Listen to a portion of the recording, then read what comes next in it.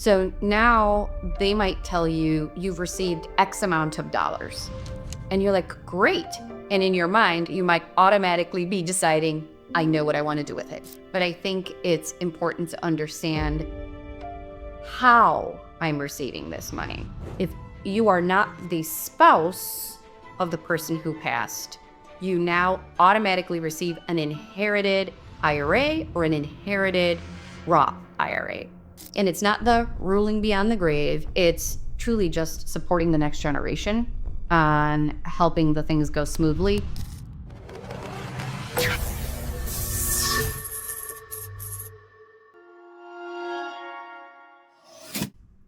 Hello, and welcome to Express Yourself podcast. I'm your host, Vanessa Martinez. And I'm Lauren Genuardi, and we're coming to you today with an interesting question. This is going to be a two-part podcast. The first part is, I received an inheritance. Now what?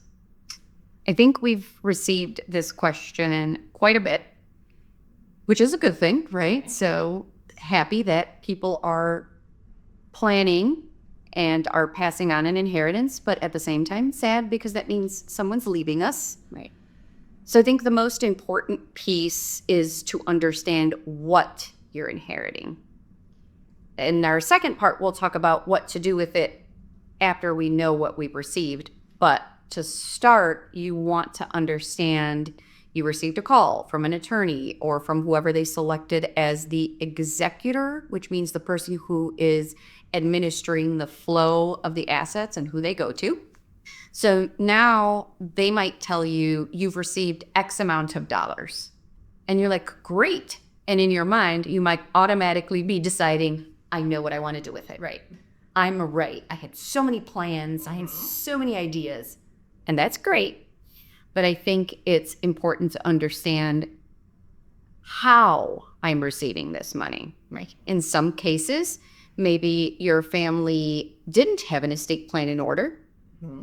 So you're receiving all of this money straight in your name, and it's taxable dollars. That doesn't mean you get taxed once you receive them. Mm-hmm. That just means that they're dollars outside of retirement accounts. Right. So it'll be just an account in your name, in joint name, however you'd like to receive it. Mm-hmm. So that's probably the easiest. Maybe not the best situation, but easy. Right. Pretty straightforward option. Yes, very straightforward. Another option could be that they did have their estate plan in order and their trust stated that you received the money also in trust. So now there's been a trust created in your name. Right. But because it's created within another trust, now your trust becomes an irrevocable trust. Mm-hmm. Which sounds more complicated than what it is. It's just rules are already specified in this document as to how, what, when, where you can use these assets. Right. So the most important thing there is talking to either that attorney that gave you the call, the executor that gave you the call, and asking the question, can I see a copy of this trust? Can you send me that? So you can review and understand what are they're called provisions, but basically that just means what are the rules? Mm-hmm. What do I need to do? What can I do? With an inheritance comes, you have rights and you have obligations. Right.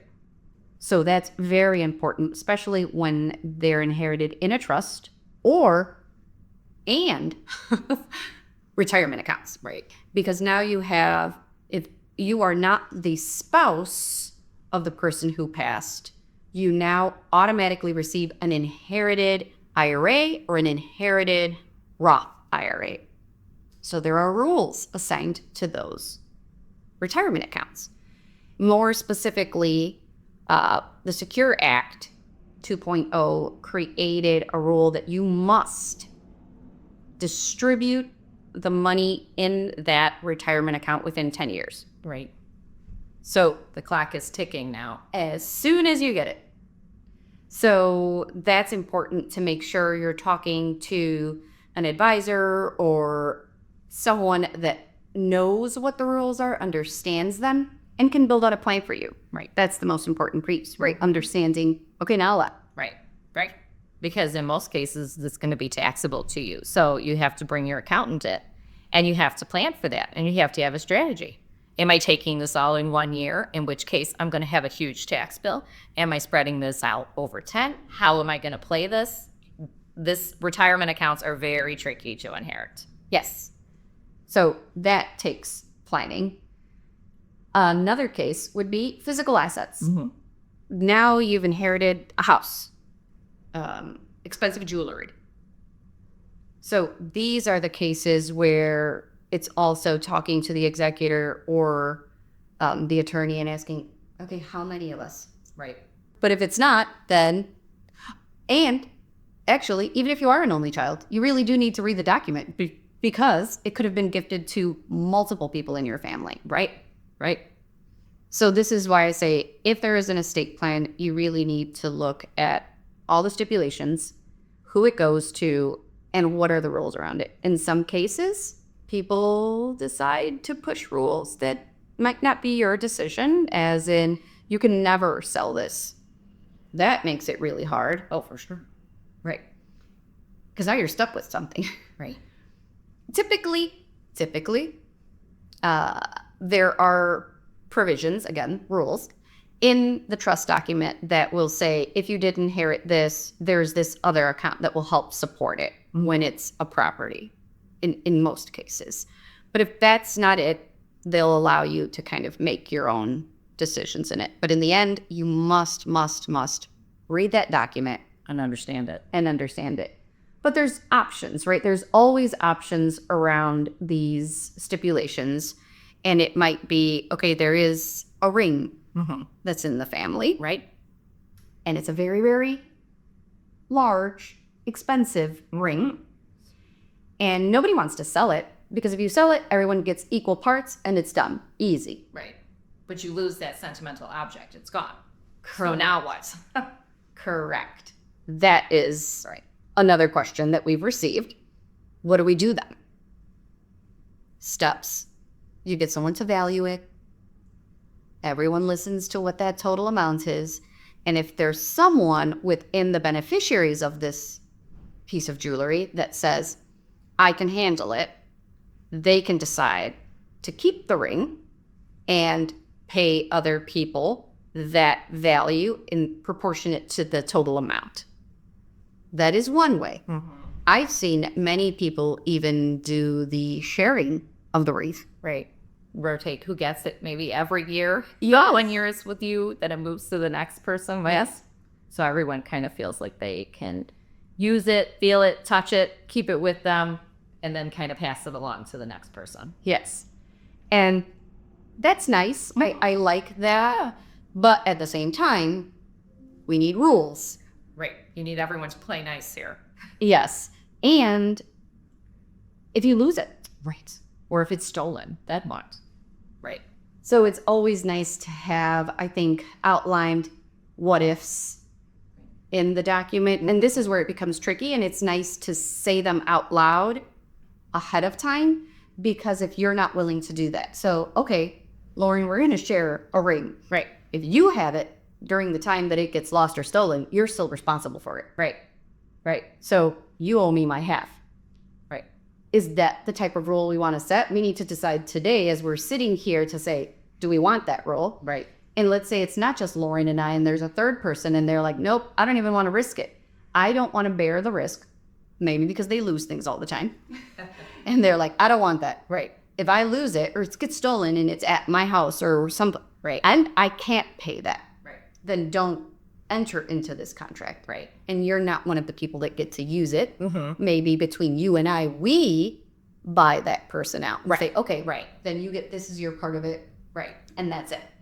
So in the end, it's really listing out all of the rules that you want when it comes to physical assets. If it's a sharing, if it's a property, if it's selling, if it's multiple properties, does everybody pick, right? How do you pick? Right. They have different values. They could have different values. Then what? Then oldest gets the most expensive home. I mean, how do you divide that out? Yes. And there's always an equalization clause that you can add. So if you're the one listening and you're creating this trust for the beneficiaries in your life or the future beneficiaries in your life, these are the things that you need to think of that sometimes we forget. that we do need to set all these rules. Right. And it's not the ruling beyond the grave. It's truly just supporting the next generation on helping the things go smoothly. One of the things that we talk about all the time, hence the name expressive wealth, is communicate. Communicate today to those future beneficiaries some values, right? Some sentimental values that you have in certain things and why you're thinking certain things. And truly, if you want them to be part of your legacy, I think even listening to their thoughts. Right. We were talking about it, right? How about if you have one son that really doesn't like this and the other one that really does? Then that's easy. Right. One doesn't, one does. Okay, you don't get it, you get that. You'll get this instead of this. Whatever it is equalized in one other way, right? So conversations. That is the biggest piece that you need to have now. And if it's already happened, like in this case, receiving the question, okay, I received the inheritance, now what? It's just informing yourself. So make that quick checklist of how am I receiving it? Is it in a trust? I want to see it. Are these retirement accounts or are they physical assets? So touch base with the person who reached out to you on this inheritance and list those 4 questions and get them answered for yourself. Thank you for sending in your questions. Thank you.